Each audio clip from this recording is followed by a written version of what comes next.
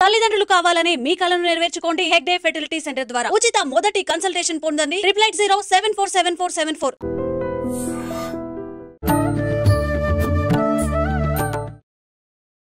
హరే కృష్ణ ప్రభుజీ. హరే కృష్ణ. ఎలా ఉన్నారు ప్రభుజీ? దయా ప్రభుజీ, ఉగాది రాబోతోంది.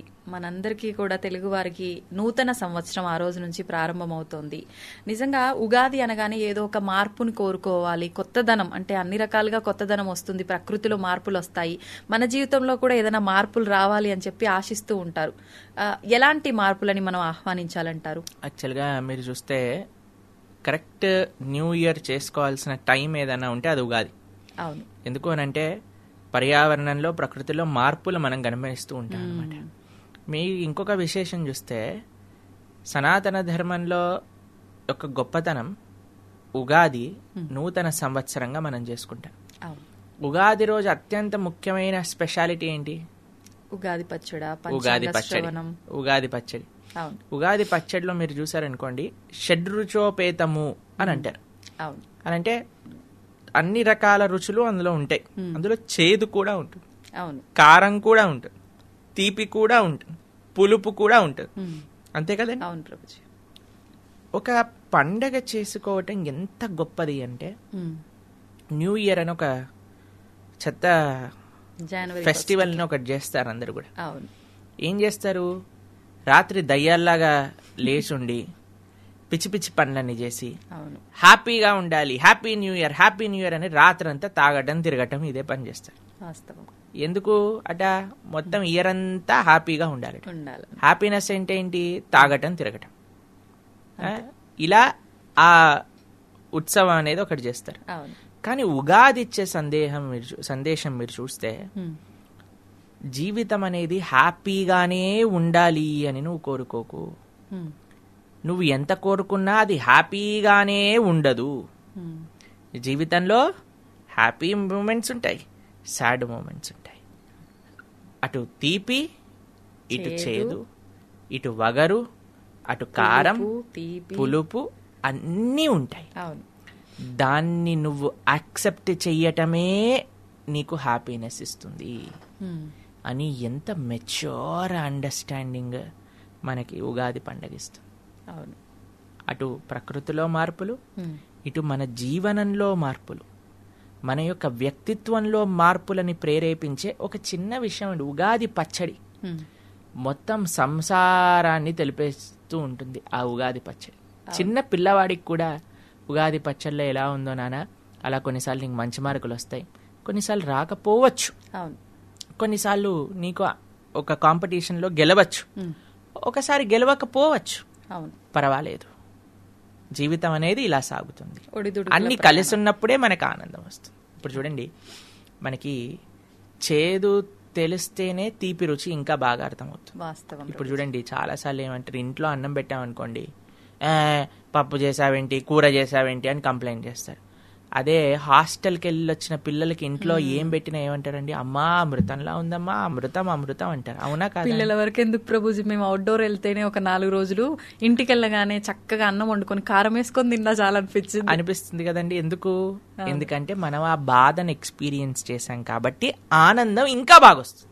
అవును, అంతే కదండి. కాబట్టి ఎవ్వరు కూడా జీవితం మొత్తం ఆనందంగానే ఉండటము అనేది ఎలాంటిదో తెలుసా అండి?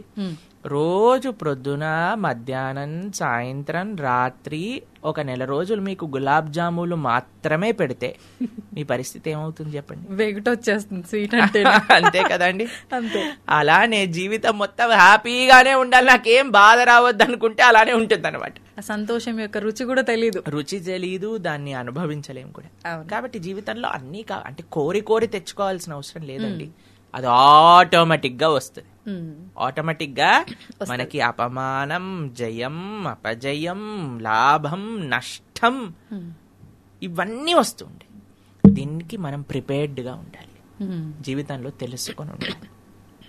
అది తెలుసుకున్న వాడు ఎప్పుడు కూడా, ఇప్పుడు చూడండి, చిన్ని ప్రాబ్లం రాగానే సూసైడ్. అవును, వింటున్నారా మీరు? ఎన్ని కేసులు వింటున్నారు? ఎందుకు ఇది జరుగుతుంది? ఎందుకంటే అసలు అపజయం వచ్చినా సరే పర్వాలేదు అనే విషయం తెలియట్లేదు. చిన్నదానికి పర్వాలేదు ఇది కూడా అనే జ్ఞానము లేదు. అవును. ఎందుకంటే మనం ఏం చెప్తున్నాం, బాగా చదువుకో, ఎందుకు ఆనందంగా ఉంటావు, మంచి ఉద్యోగం తెచ్చుకో ఆనందంగా ఉంటావు, మంచి పెళ్లి చేసుకో ఆనందంగా ఉంటావు, అవును, ఇది చెయ్యి ఆనందంగా ఉంటావు. ఆనందమే ప్రముఖంగా పెట్టి జీవనం సాగిస్తున్నాం. కాబట్టి అలా కాకుండా ఆనందం కాదు, ధర్మం ముఖ్యం. ధర్మంగా ఉన్నప్పుడు కొన్నిసార్లు జయం అపజయం రెండూ వస్తాయి, పర్వాలేదు. నువ్వు నీ బెస్ట్ ఇచ్చావా అని నువ్వు ఆలోచించు. ఒక ఇంజనీరింగ్ కాలేజీలో చదివే పిల్ల ఎగ్జామ్లు రాసి నేను సెకండ్ వస్తానేమో అనే భయంతో సూసైడ్ చేసుకున్నదట. అవును, రిజల్ట్ వచ్చాక ఫస్ట్ వచ్చింది. తొందరపాటు నిర్ణయం. ఎందుకు ఇదే వస్తుంది? ఎందుకంటే అసలు ఏంటి తత్వము అని అర్థం కావట్లేదు.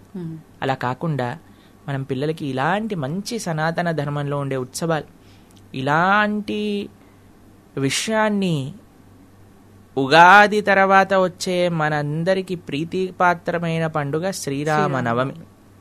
అటువంటి రామచంద్రుడు మూర్తీభవించిన ధర్మం. రామో విగ్రహవాన్ ధర్మ. అటువంటి రామచంద్రమూర్తి తన జీవితంలో ఆచరించి చూపించాడండి. ఎలానో మీకు ఒక విషయం చెప్తాను. ఎప్పుడైతే దశరథ మహారాజు అయ్యా రామ నీకు రాజ్య పట్టాభిషేకం చేస్తున్నాము అని అంటే నవ్వాడట. నవ్విన ముఖాన్ని వర్ణిస్తున్నారు. ఎలా ఉందట రాముడు నవ్విన ముఖము అని అంటే విరుచుకున్న తామర పువ్వు ఎంత అందంగా ఉంటుందో అంత అందంగా ఉందట. మరుసటి రోజే కైకమ్మ నువ్వు నీకు రాజ్యం దక్కదు, భరతుడికి రాజ్యం ఇస్తాను, నువ్వు 14 సంవత్సరాలు అరణ్యవాసానికి వెళ్ళాలి అని చెప్పింది. అప్పుడు కూడా రాముడు నవ్వుతూనే బయటికి వచ్చాడట. ఆయన నవ్వు ఎలా ఉందట చిరునవ్వు అని అంటే కేవలం విరుచుకున్న తామర పువ్వులా కాదు, అప్పుడే విరుచుకున్న తామర పువ్వు ఎంత ఫ్రెష్ గా నిగనిగలాడుతూ ఉంటుందో అంత అందంగా ఉన్నదట రాముడి యొక్క శ్రీముఖం. అంటే మనకి ఏది దొరికినా కొన్నిసార్లు సన్మానం దొరుకుతుంది, కొన్నిసార్లు అపమానానికి గురవుతాం, కొన్నిసార్లు జయం వస్తుంది, కొన్నిసార్లు అపజయం వస్తుంది.